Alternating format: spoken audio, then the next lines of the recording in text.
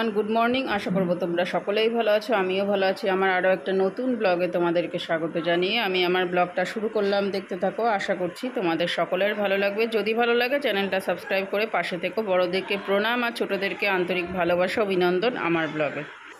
আজকে রবিবার, তো এখন বেজে গেছে সকাল 9টা। আজকে আমি অনেক দেরি করে ঘুম থেকে উঠেছি, প্রায় 8:30টার সময় ঘুম থেকে উঠেছি। এখন ইদানিং এই কটা দিন এরকমই হচ্ছে, প্রায় 1 মাস ধরে এরকমই হচ্ছে। তো কী আর করা যাবে। পরে দিদিরা চলে গেছে, তারপরে বাপ্পা চলে গেলে তখন আবার টাইমলি একবারে ঘুম থেকে উঠবো সকাল সকাল। আর হাঁটা চলা তো সব বন্ধ হয়ে গেছে। ভাবছিলাম যে সোমবার থেকে হাঁটতে যাব, যা ওয়েদার শুরু হয়েছে, তো আর হাঁটার আর দেখা যাক কি হয়। আগামীকাল তো সোমবার, আজকে রবিবার। তো বাজার থেকে নিয়ে এসছে মাছ, শঙ্কর মাছ নিয়ে এসছে। আর কচু কাটলাম, কচুটা অনেক দিনের হয়ে গেছে, ওর জন্য ভাবলাম কি কচুটা রান্না করব আজকে, নাহলে শুকিয়ে নষ্ট হয়ে যাবে। আর এখন সবজির আবার দাম বেড়ে গেছে, যেহেতু বর্ষা শুরু হয়েছে ওর জন্য।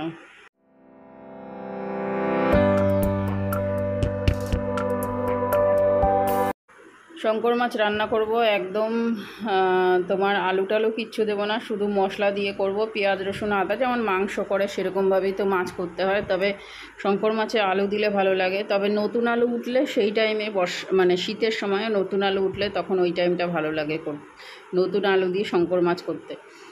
তো প্রায় অনেকটাই এনেছে। আর শঙ্কর মাছ বেশি ভাজলে না কেমন ইসে হয়ে যায়, তার মানে টাইট টাইট হয়ে যায়, কেমন চামড়া চামড়া লাগে। আর যে কোনো মাছ বেশি ভাজলে তার স্বাদ গুণ চলে যায়। মাছ পুরনো মাছ হলে, ফ্রিজে 2-3 দিনের মাছ হলে তাহলে কড়া করে ভাজলে ঠিক আছে, কিন্তু জ্যান্ত মাছ তো একদমই ভাজা উচিত না। মানে হালকা মানে যেরকম ভাজার দরকার সেরকম ভাজতে হয়। আর জ্যান্ত মাছ অনেকে ভাপা টাপা, অনেকে কাঁচাও করে জ্যান্ত মাছ। আর জ্যান্ত মাছের ঝোলের টেস্টই আলাদা। আর 2-3 দিন হয়ে গেলে ফ্রিজে থাকলে সেই মাছগুলো অনেক কড়া করে ভাজতে হয়। শঙ্কর মাছ পুরো যে মশলা টশলা দিয়ে কষাচ্ছি, আর পেঁয়াজ রসুন আদা লঙ্কা টমেটো দিয়েছি। আর দেখো এই যে রেডি হয়ে গেছে, কালারটা এরকম এসছে। আর এর মধ্যে লাস্টে দিয়ে দিয়েছিলাম 1-2 কাঁচা লঙ্কা। তো এই কাঁচা লঙ্কা দিয়ে খেতে ভাত মাখিয়ে বেশ ভালো লাগে। আর আজকে কচু বললামই তো করব, কচুটা ওরকমই একই মশলা রয়েছে, পেঁয়াজ রসুন আদা সব দিয়ে কষাচ্ছি কচুটা কষিয়ে তারপরে রান্না করব। ওটা হচ্ছে অনেক রকম মাছ আছে এর মধ্যে, বাটা মাছ, তারপরে মাছের মাথা, ইলিশ মাছের মাথা, আর ট্যাংরা মাছও রয়েছে। তো এটা দিয়ে আজকে কচু রান্না হবে। আমার হাজব্যান্ড মশাই সাধারণত কচু টচু খেতে চায় না, তো দেখলাম এবারে কচু নিজের থেকেই নিয়ে এসছে, বলছে নাকি দোকানদার বলেছে গলা ধরবে না, তার জন্য। মাথায় দিলাম চপচপা করে তেল। রান্নাবান্না কমপ্লিট হয়ে গেছে। কাকিমা এদিকে এসে ঘরটর মোছা হয়ে গেছে। পুজো দিতে পারছি না কদিন ধরে, 3-4 দিন হয়ে গেলে পুজো দিতে পারছি না। আর শান গেছে পড়তে, এত বৃষ্টির মধ্যে পড়তে গেছে, তার কারণ হলো পড়া রয়েছে। আর কী বলো তো, পড়তে যায় এখন, একটা মাস্টার কমে গেছে, 3-4টে স্যারের কাছে পড়তে। আর কি, এখন সামনে পরীক্ষা, এখন একটা স্যার ছেড়ে দিল, পড়াবে না। ফিজিক্যাল এডুকেশান যে করায় উনি আর পড়াবেন না। তো দেখা যাক, মাস্টার সবাইকে বলে রেখেছি, যদি কেউ খবর দেয় তাহলে আবার পড়া শুরু করে দেবে। তো জানি না, সামনের মাসের সেপ্টেম্বরের 18 তারিখ থেকে পরীক্ষা। তো মাথাটা সকাল থেকে প্রচণ্ড পরিমাণে ঘোরাচ্ছে, ভাল লাগছে না কিচ্ছু। প্রেশার তো আমার বরাবরই লো। এখন যাবো স্নান করতে, স্নান করে এসে বাপ্পাকে ভাত দেবো, আমিও খাবো। আর শান খেয়ে চলে গেছে। দুপুরে আজকে আমাদের লাঞ্চ মেনু হচ্ছে, সকালবেলা পুঁই শাকের তরকারি করেছিলাম, তো সেটা দিয়ে ভাত আর শঙ্কর মাছ আর কালকের ডাল, মুসুরির ডাল পেঁয়াজ দিয়ে করেছিলাম, তো সেটা রয়েছিল, সেটা দিয়ে। আর তোমার কচু দিয়ে মাছের ঝোল, যেটা কিনা প্রচণ্ড পরিমাণে গলা ধরেছে। বাপ্পা তো খেতেই পারলো না, পুরো ভাতটা ফেলে দিল, আমি তাও কষ্ট করে খেলাম।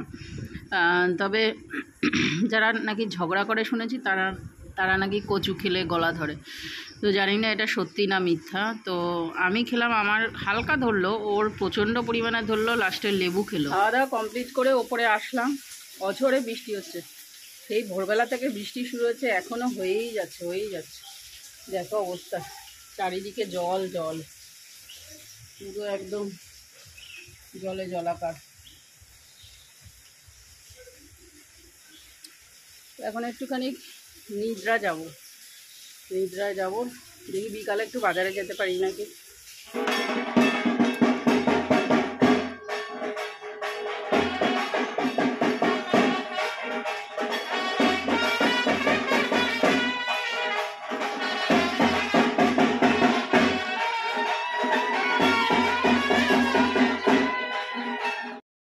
যে ভিডিও ক্লিপটা তোমাদের দেখালাম তো ওটা ছিল মনসা পুজোর দিন দুপুরবেলা। তো ভিডিওটা জুড়িয়ে দিলাম এই ভিডিওর সাথে।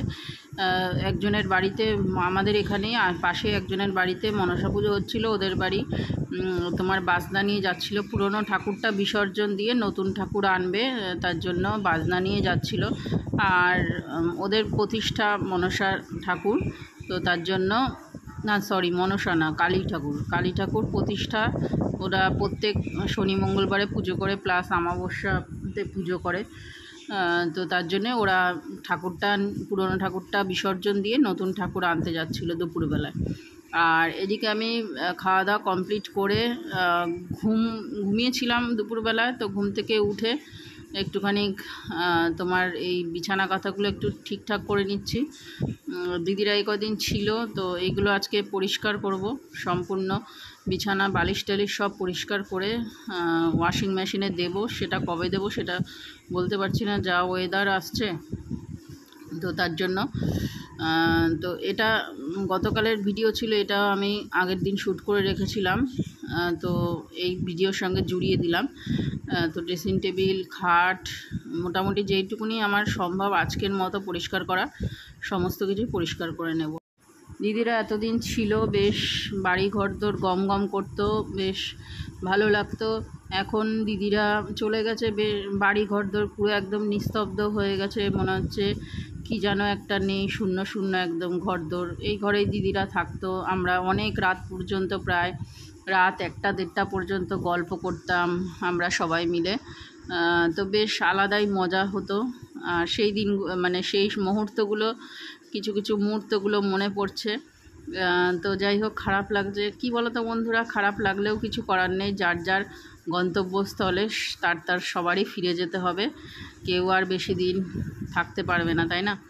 আমিও যখন বাপের বাড়ি যাই, যেতে বেশ ভালো লাগে, কিন্তু আসার সময় তখন বেশ খারাপ লাগে, বেশ মন খারাপ লাগে। তবে কাউকে বুঝতে দিই না। আর আমার ধরো 1 ঘন্টা 1.5 ঘন্টার পথ হলেও, 2 ঘন্টার পথ হলেও তোমার মন করলেই চলে যেতে পারি, তাই না? আর দিদির বাড়ি এতটাই দূরে, দিদির আসা সম্ভব না, মানে চট করে আসা সম্ভব না। যেহেতু দিদি থাকে দিল্লিতে, ওর জন্য মানে সেই মুহূর্তে মন করলেই যে চলে আসবে সেটা হয়ে ওঠে না, আর সম্ভবও না, তাই না? তার জন্য এই রকম ক্ষেত্রে বেশি মন খারাপ হয়। আর আমাদের ধরো, আমাদের কাছে বাপের বাড়ি, কাছে বলতে আমার ধরো 2 ঘন্টার রাস্তা, তবুও আমি যেতে পারি না, খুব কম যাই। আর বাপের বাড়ি যাওয়ার মজাটাই আলাদা, কিন্তু আসার সময় তখন বেশি মন খারাপ লাগে। তো যাই হোক, সবারই সব জায়গায় চলে যেতে হবে, সব স্থানে। আর মেয়েদের জীবনটাই তো এরকম, বিয়ের পরে শ্বশুর বাড়িতেই তো বেশি টাইমটা কেটে যায় আমাদের, তাই না? তো যাই হোক, সমস্ত ঘরদোর পরিষ্কার করে নিচ্ছি। আর বাইরে হচ্ছে অঝোরে বৃষ্টি, আর কি বলবো বন্ধুরা। তো আজকে আর পর্দাগুলো কাচবো না। এই পর্দাগুলো খুলতে প্রচণ্ড তোমার ঝামেলা। এই যে গোল গোল চাকতিগুলো আছে, ওগুলো খোলো, আবার লাগাও, আবার সেট করো। দূর থেকে একটুখানি ঝাড়পোছ করে নিচ্ছি, তাহলেই হবে। আর ফ্রিজটা একটু পরিষ্কার করে নিচ্ছি। মোটামুটি এই ঘরটা আজকে ডিপ ক্লিনিং বলতে পারো করছি। এই কটা দিন যেন ঝড়ের মতো চলে গেল বন্ধুরা। দিদিরা বেশ অনেক দিনই ছিল, তো এই কটা দিন কোথা থেকে কোথায় চলে গেল ঝড়ের বেগে, সেটা টের পেলাম না।